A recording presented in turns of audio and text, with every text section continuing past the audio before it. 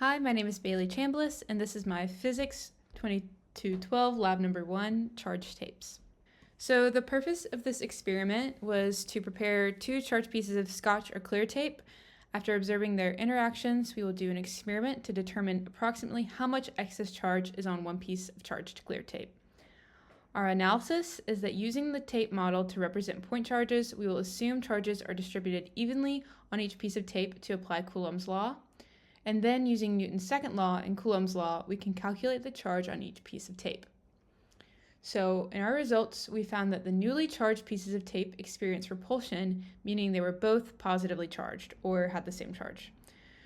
Charge on each piece of tape was calculated to be 1.7 times 10 to the negative 8th coulombs, and each piece of tape lost about 1.2 times 10 to the 11th atoms for every electron. So our fundamental principles and assumptions: we assumed that air resistance is negligible, each piece of tape has a charge of equal magnitude and distribution along the piece of tape, and that the tape acts as a point charge with all of its charge concentrated at its center of mass. So Coulomb's law, we used that the sum of the force of gravity is equal to the mass times acceleration in the direction of r hat, and that Newton's second law says that the force of the electricity is equal to k, our constant, times Q1 times Q2, which is our two electric charges, over distance squared in the direction of r hat. So our design, our models, our system is U-tape A and U-tape B, which are the two charge tapes. Our surroundings are everything else, which include the tape, the table, and the air. Our initial conditions are that two neutral pieces of tape, approximately equal in length, are placed on their respective piece of base tape attached to a table. Then the pieces of tape are charged by quickly ripping the top pieces of tape from the base tape. We then observe the interaction between the charged tapes and various objects, including pens, each other. We observe by measuring the distance between them when the top piece begins to float, as seen in the top right corner. And then we determine the amount of excess charge through calculations. So these are our calculations. The tape length was found to be 0.2 meters. Our mass is 0.002 kilograms. Our width of tape is 0.02 meters. Our distance that it floated was 0.004 meters. Our gravitational force was found to be 0.00196 newtons. Our electric force, the equation is shown below. Our charge on the tape, Q, is found to be 1.9 times 10 to the negative 8th.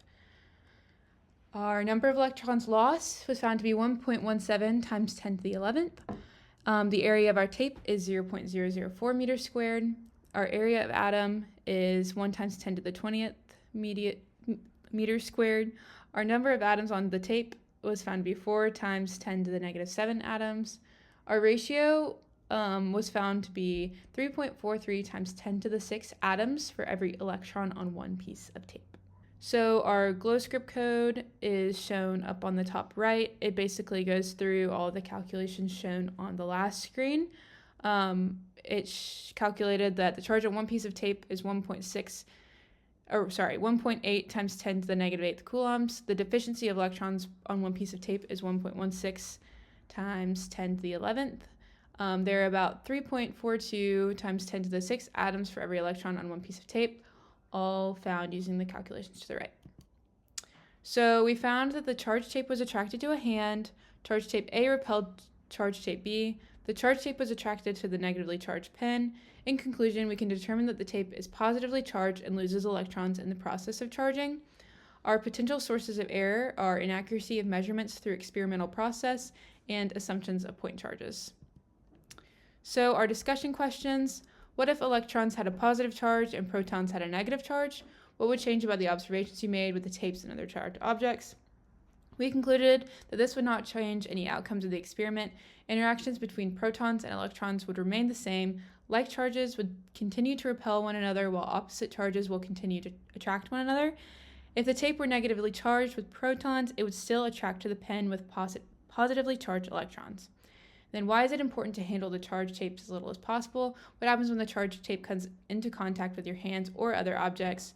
When the charged tape comes into contact with other objects, there is a possibility that it receives the electrons that it lost, therefore becoming neutral instead of charged. This would lead to less significant results, if any results could even come from the tape.